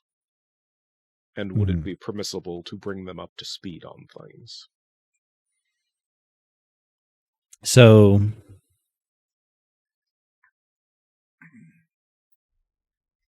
second bit first. She is pretty casual about, if you trust them enough to tell them about it, then they can probably be brought up to speed. I would let Haru know that you're doing so, but they were invited, technically, after all. So I was the only one physically present at the exfiltration, so... She nods and says, but the invitation invited you and friends. And given that it was cloaked in such mystery, we were treating it as another op. She nods. Reasonable. Very reasonable. Probably more people should be as cautious. And she then moves into answering the first question and says, hey, you've met Lulu and me and Haru. You get an idea exactly. Manaya, and she gestures towards the courtyard, is a radio DJ, and Rigel is a parkour guy who hangs out in chat rooms. Some of us are professionals and covert operatives and such, and others are enthusiasts. It takes all sorts, and having eyes everywhere helps. We're going to find them. Mm-hmm. She gives you a firm nod at that. I'll return it. She seems pleased. Hecate, we have left you at this cafe for quite a while we went through some conversation. You do have the drone surveillance. It is seemingly pretty blessedly uneventful in terms of, sort of look out over the venue. And, Hecate, people come and go, and you do sort of play up some cover, here and there. But there isn't anything particularly worrisome for the stretch covered here. So anything in particular you want to do at the time? It's a real relief that these stakeouts continue to be boring. Last time actually wasn't that boring, though. I met the most fascinating person. You did. You hear a voice from over your shoulder go, "Who is that?" I do in fact look. It is Apatia. And she shall appear. As an aside to the listeners, I was genuinely planning on having her be the complication, so this was just serendipitous. Continue. Chef's kiss. I mean, we've established we're serving vibes on this room, so it makes sense that we're vibing. Actually, well, you, hi. Hello. And she just pulls up a chair very casually and sits down. She has a very tall cup of something that smells like the word coffee in capital letters. And she sort of Bestow my heart. she sort of glances over at Hecate and then over at Omen and says, "Wait a minute. I've met both of you. I didn't know you know each other. Well, isn't this just providence?" To be perfectly clear, is this providence or did I conjure you in some way? Oh, well, I was in the neighborhood inspecting some government records, totally legally, I promise. And happened to decide on some coffee, and when I headed up here, I saw, well, I was facing more towards you, gestures at Hecate, and says, so I recognized you and came over this way, and then coming around, I saw that I have also, I don't know that we were introduced, but met this gentle person previously as well, and so here we are, and gives you a beaming, partially chrome smile. Adorable. Well, you know what they say. It's a small orbital space station. She nods very seriously and she goes, people really underestimate the degree to which it's quite small. I mean, there are a lot of people, but we don't live in that much space. It's remarkable, really, and wonderful most of the time. Like now. And then she kind of looks to one side and goes, other times, it's mostly good. Big, long sip of coffee. I don't In any believe that case- hell is other people, but other people, some of them, are hell. Pleasure to meet you. Oh, sorry. No, I was just saying she nodded. Had she been asking about my name indirectly, or did I misinterpret that? She said what she said, and man, she Fair. just sometimes isn't very clear. Right. In any case, yeah, fancy running into you. It's nice that you've met each other. I must say that I agree. You are a fascinating person. She nods and says, I've been told that, and it's not something I actively try to do, but I think I try to do things that most people don't, and so that tends to make me interesting to them. And she sort of turns towards you. Now, did you, in fact, offer your name just now, or were you sort of backtracking on that? I did offer my name, and given the Okay. context, and that we might, if I give my code name, then that will complicate things. So Yeah, no. And so she kind of catches up to that, and she says, and Ing, it's a pleasure to meet you. I am Apatia.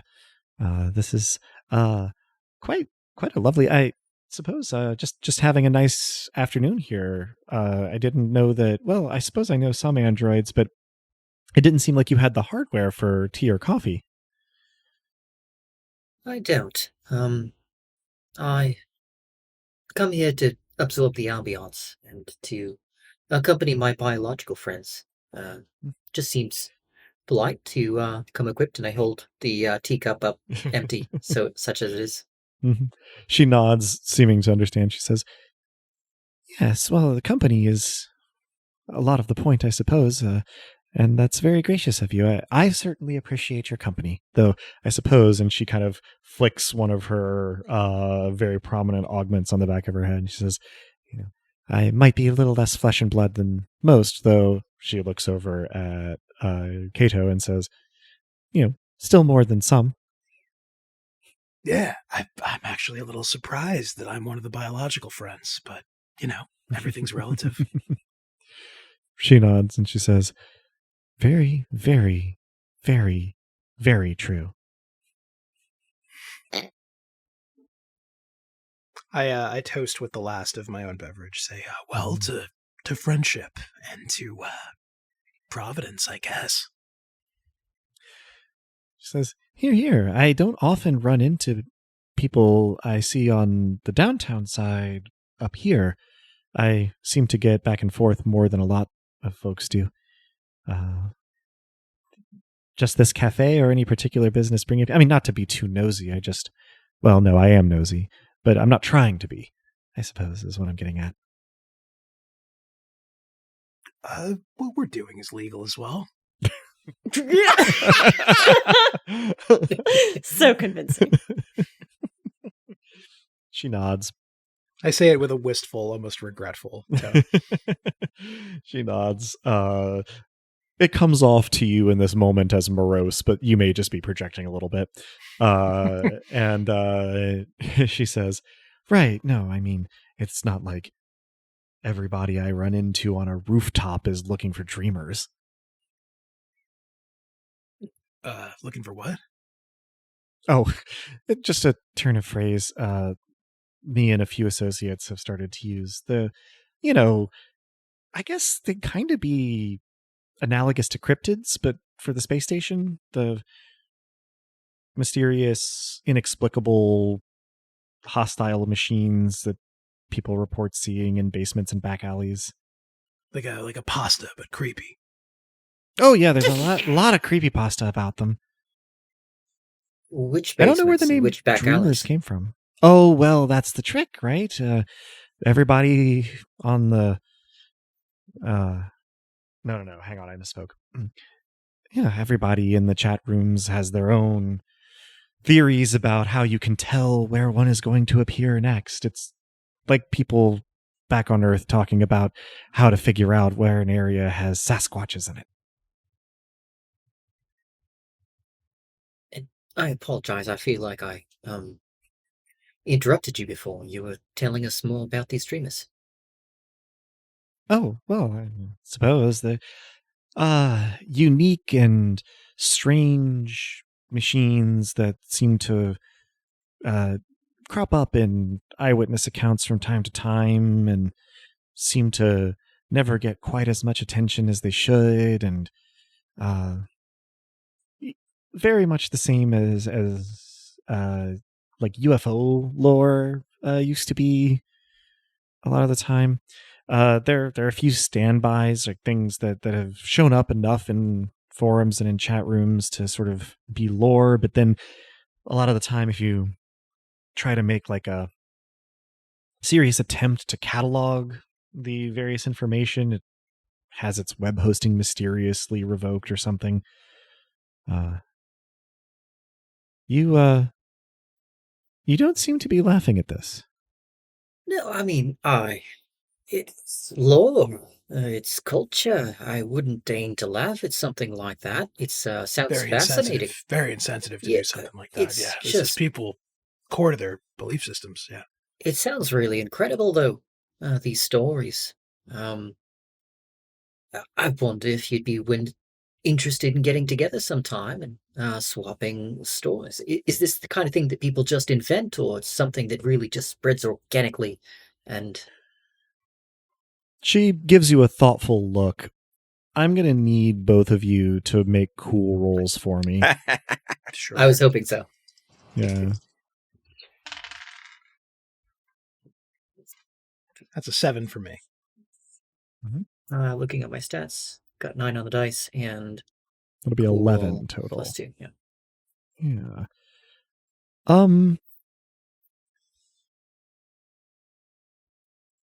She considers both of you kind of alternately for a long moment and slurps noisily on her coffee, or probably slurps normally on her coffee, but it sounds noisy because it's suddenly very quiet.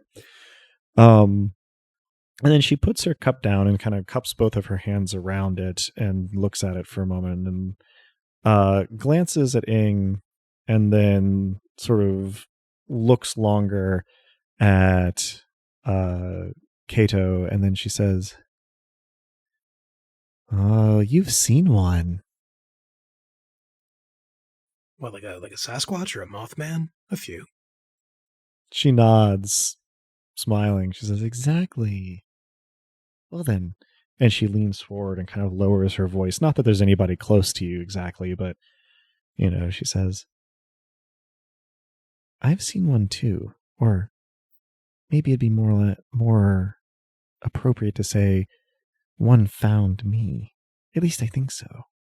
I have no other explanation that doesn't get, well, hard for most people to follow. I don't know what they are, but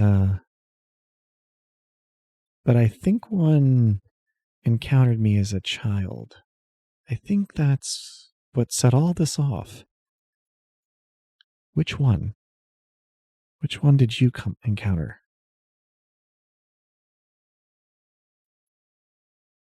Ing looks to Hecate. It's rude to answer a question with a question, but we're getting very close to something here, and I'm not sure whether I believe in Providence. I think I believe in Providence. Do I believe in Providence? I might, but I have to briefly consider the possibility that you've been staking us out. She does kind of chuckle and she says, "See, this is why we have to get to know each other a little better, because anybody who does know me would tell you that that's flatly impossible. I do not have the attention span for a stakeout." That's fair. It can be taxing. She gets a little more serious, though, and she says, "No, but I understand your hesitation. I do. I'm also impatient. It's another one of my character flaws." Oof, we share that one in common.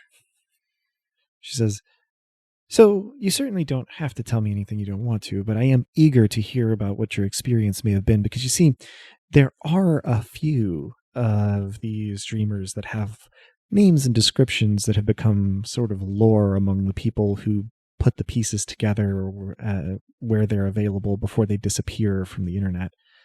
But the one I think I encountered, if it was a dreamer, if I did indeed encounter it, I haven't been able to find any information on at all.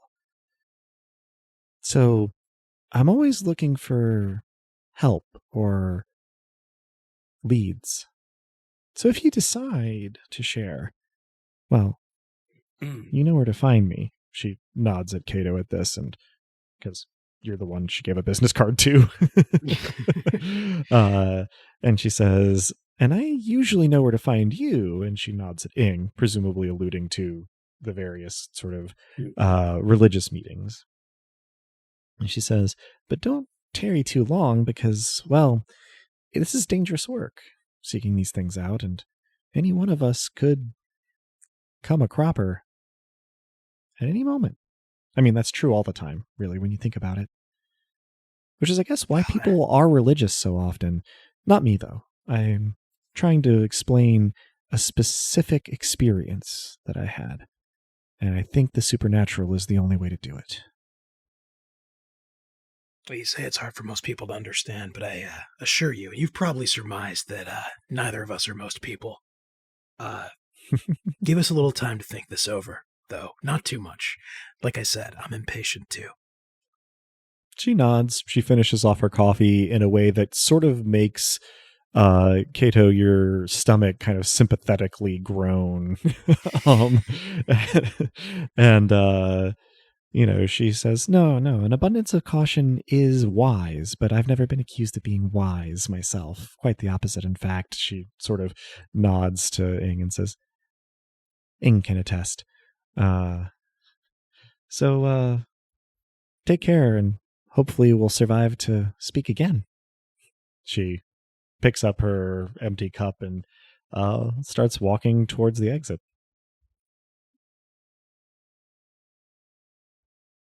Yeah. Thanks for providentially appearing, I suppose, and we'll be in touch about chasing dreamers, was it? Soon. She gives you a sort of cheeky finger over her lips, and I do a nod. speak no evil with two hands, two quite asymmetrical hands. Speak evil only through the gaps that gesture entails in your particular case. And yeah, Apatia, she heads off. I think that we will meet again. Until I next time. believe so too. Here's Tico. She gives you a little sort of like phantom hat tip and walks down the stairs. So we share a problem, don't we? We're both way too charmed by her to be sensible about this. It really supernatural is the word that comes to mind. Yeah. Nevertheless, being unwise can lead to interesting places too. We providential. should probably cultivate foolishness as well as wisdom. I don't disagree. Matchstick would, though. Oh, I'm sure. Absolutely. But after Matchstick is waltzed into this obvious trap and come out unscathed, I don't think that Matchstick has much of a leg to stand on. That's a pretty good point. All right. Well, I cheers one more time. Mm-hmm. To foolishness. To foolishness. So back over in the soirée,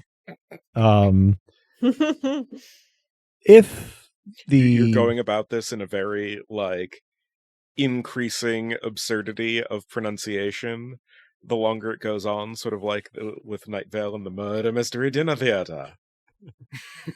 that is more or less the trajectory Well, I'm glad I'm I picking intended up to what be you're putting upon. down. Yeah.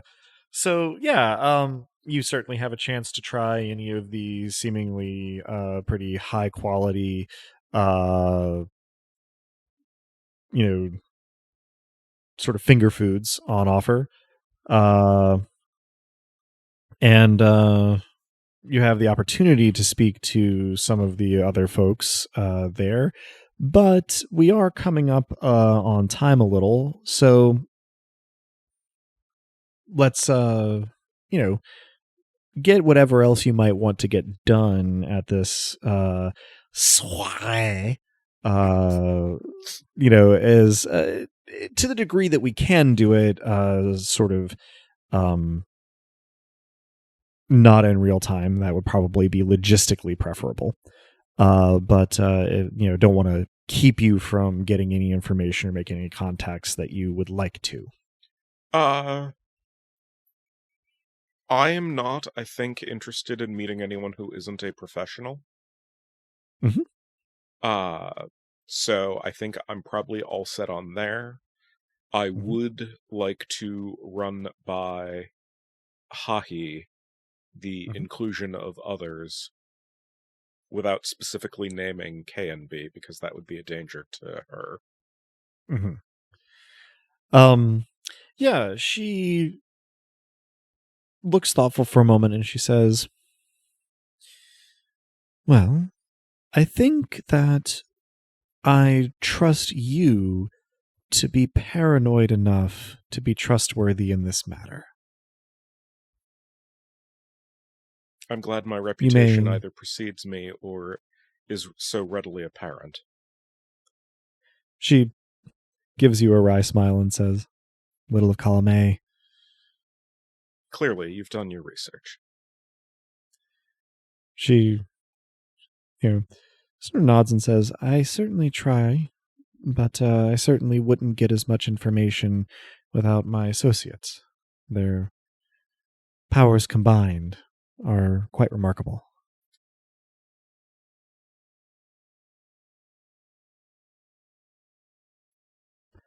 Anything else before departing the... Boy, I don't think I can mutate it any further. I was not prepared for that. I was, and it's still...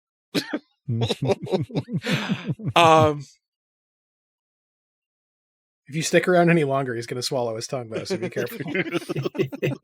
Somebody warn his yes, wife. please save me.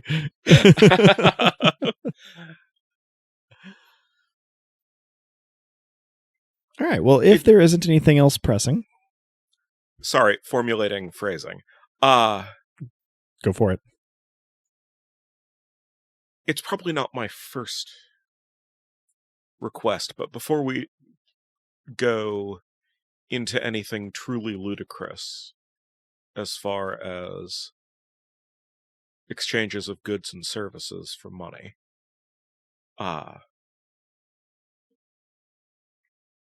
the name that you addressed me as in the invitation is one that I would like to disappear. She nods. She says, I can certainly look into it. You seem to have a network of associates who are uniquely suited to accomplishing that in ways that I honestly thought I already had. She nods with a little bit more certainty. She says, Yes. Yes, no, I think we should treat that task as a show of good faith on my part rather than compensation. I can't guarantee a timetable, but we'll be working on it. Thank you. I appreciate that quite a bit. I nod over Matchstick's shoulder. I turn and look at you like you have no idea what I'm fucking talking about. I incline my head and give a one-shouldered shrug.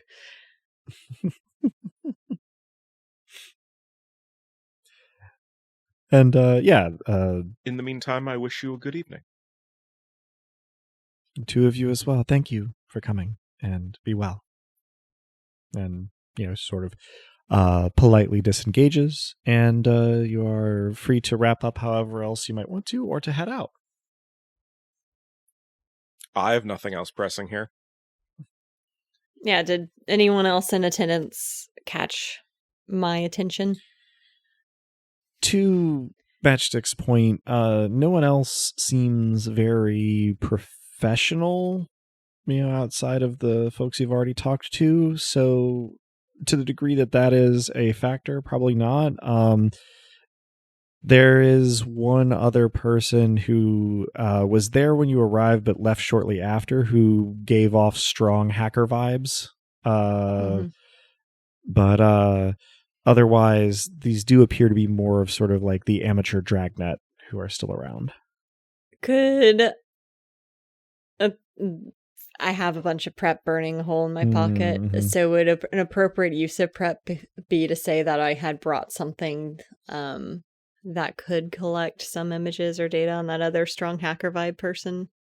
It's a little bit retconny, so I'm not sure. Yeah, well, that is kind of what prep is used for, but I guess I'm just trying to imagine what you would have brought, like the specific thing. Mama. I mean, yeah, that works. I could have adjusted my coat. if we're good making it Mama, then I'm fine with that. Yeah, you can Okay. have some basic information, captured there. Yeah, I'll spend a prep point for that. Perfect. Excuse me. But beyond that, nothing else. So yeah, you head on out, and all that prep wasted for me.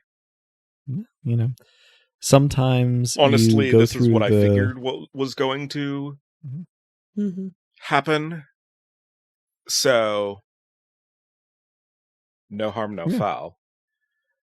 Better to be prepared and not need it. Oh, absolutely. It made sense to be prepared and to not know what you were getting into. And it's, of course, possible that you could have blown the whole thing up if you had, wanted to, or made different decisions. So, it may have come in handy. I know several ways that I could have blown the whole thing up. Indeed. Mm-hmm. As do I. Observing them departing, presumably, not to railroad you, but presumably Ing and Kato will pack up their shop and decamp as well. And, in not short, because it's just half a station away, but, shortish order, return to Selden District. I think that's a pretty good place to have a, for once, chill, not urgent, cliffhanger-y kind of ending to our session. But seeing as we went through the whole cycle of prepping and going on a mission and everything, everybody can take an experience point. Which means we get a level next time. Indeed. Yeah, they had enough banked there. I'll also say that we should not postpone rolling to see if we lose cash any further. So those of you with cash on hand should roll a d6, and you lose that much cash. Roll 86 and lose that much cash. 1d6, Gotcha. You lose that much cash. Gotcha. I rolled 2, so... Oh, yes, should roll 1. Yeah. I roll 2. There's no way for me to keep my cash, Okay. right? Well, wait, so you have 1 on hand. Mm-hmm. Okay, so then yes, you just lose your cash, yeah, because 1d6 can come up as a 1. And Is this distinct Cato? from rolling for economic shock? It is. At the end of a session, you roll 1d6 and you lose that much cash. Oh, I never We had any waived cash, it last so time. That's fine. Yeah. Well, we waived the requirement last time because we didn't have an opportunity to spend it. Right. So, yeah. I rolled a 2, which leaves me with 1 cash. All right. Good deal. But I think with that logistic bit taken care of, that'll conclude this session of Dice Punks. Thanks for joining us. I hope our players and listeners enjoyed it as much as I did, and that you'll all join us again next time. If you're hearing us now, then you probably know where to listen to this, but we can be found almost any place one can listen to podcasts, as well as on the wider web at dicepunks.com and on Tumblr and Blue Sky as at Dicepunks. With that, I think we're ready to say farewell, so say goodbye to the kind folks back on Earth, players. Thanks for listening, and, if this is the way things are going to go, we're going to have to outfitting with some new parts. We can't have these kinds of conversations and not get drunk. Thank you for listening, everyone. Please don't turn into someone else's annoying mother. Thanks for listening, folks. And, don't acquire any annoying parentals who don't know what the fuck you're talking about. Listening is the best kind of sinning. Well, it's right up there anyway. One of these things is not like the others. And as the poet once said, it can talk, and it listens and hears if you want it to, and it's telling me everything here isn't true. Beloved listeners, thank you for tuning in. Stick around through the admin stuff for Luke's Lies. The music in this episode, Augment or Die, is by Emerson Boatwright and our very own bookmonger, Drew. Check out their other work at the link in the show notes. Editing on our rad new cover art was done by Joanne, who's also appeared on a podcast now and again. Check out her work around the internet, where she goes by Anything Sows. Site design and graphics for dicepunks.com are by the one and only Officer Armitage, Robin. Hardwired Island is by Paul Macevic, Freya Erlingsdotter, and Minerva Majanda. You can find Hardwired Island at etten.itch.io/hardwiredisland. Links to the system and authors can be found on the Punk Grimoire section of our website, dicepunks.com. Thanks so much for listening. If you liked what you've heard, that's Warlord enough on its own, but if you're so inclined, you can help us out by rating and reviewing us wherever you listen to us, telling your friends who you think would like us to give us a listen, and even by heading over to our Patreon at patreon.com/dicepunks. We have fun rewards available to backers, including a patron-only Discord and access to the Dice Peaks after show for episodes 1.1 and following. Regardless, we hope you'll tune in again, and until then, remember, subtlety is for cowards.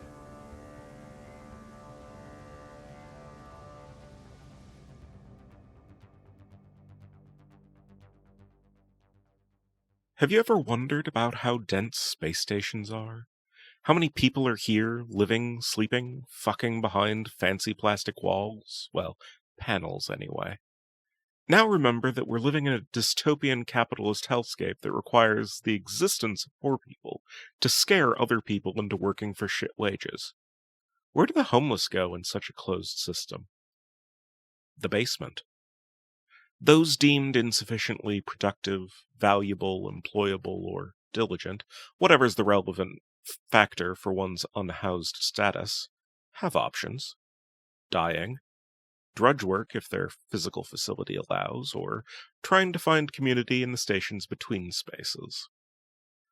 I spent some part of my formative years commuting between basements and classes, had to move around a lot to stay off porcine radar, and otherwise not have folks connecting upstanding, or at least diligent student, Luke Byrne with someone whose existence my classmates' awareness would happily have skipped over.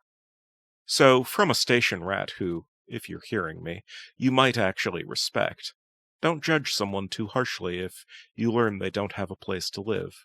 You're only so far from considering it yourself.